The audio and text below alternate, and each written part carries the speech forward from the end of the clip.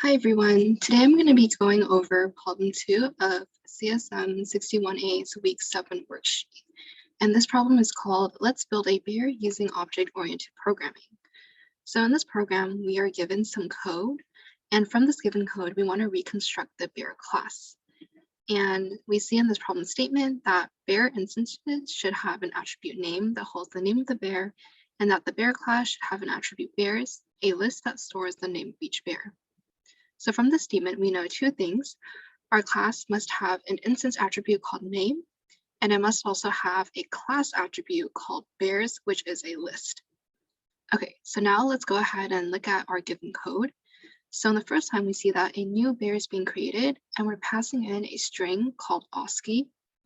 And when we call the attribute name on the bear that we just created, we're printed out OSCI. So this means that whatever parameter we're passing into our bear constructor, that is equal to the name of the bear we just created. Okay, so let's move on to the third line here. We're calling bear, which is the class, dot bears, which is the class attribute that's a list. And here we see that a list with the name OSCI is printed out. So from this code, we know that inside our constructor, we have to somehow be adding the parameter that we passed in, which is the name of our bear, into our bears list. Okay, so moving on to the fourth line of code, we're creating a new bear called Winnie. And when we call bear.bears, we see that Winnie has been added to the bear list. So from this line, we know that we are not resetting whatever list that we're creating or the bears list that we're recreating. We're always adding the name of the bear into the list. So this means that whatever bears list we're creating, it can't be inside the constructor, because this means that the list will be reset every time, and we don't want that to happen, because for our list, we want to add the names to our list every single time so that it builds. Okay, so let's try creating our class now. So first things first, we definitely need a constructor. So I'm just going to go ahead and write out the constructor method header. And of course, we need to pass in self.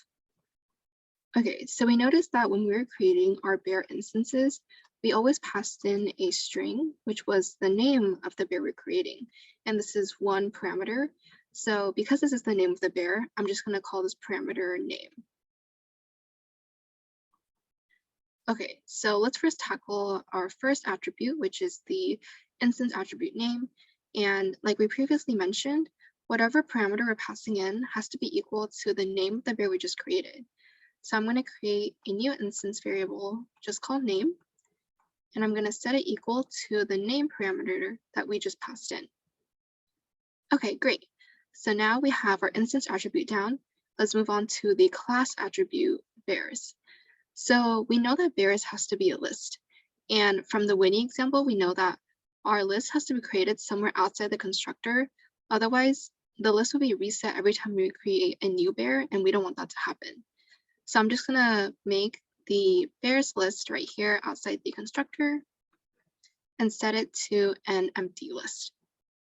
Okay, so let's pretend that I just created OSCI. Somewhere in my constructor, I want to add the string OSCI into my bears list. How do I do that? Well, Python is pretty handy with its methods for list, and I know that I can append elements to the end of a list that I have. So in order to access this bears list, I can go ahead and write bear.bears. And because bear.bears is a list, I can use the method append. And I want to append the name of the bear into my list. Okay, great. And this is basically our finalized class. A few things to note here. I could have also written self.name instead of just name, because we just initialized name in the previous line here.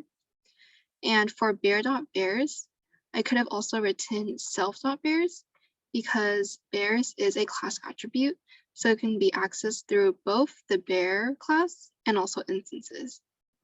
So this was the walkthrough for problem 2 of the worksheet, and I hope this was helpful.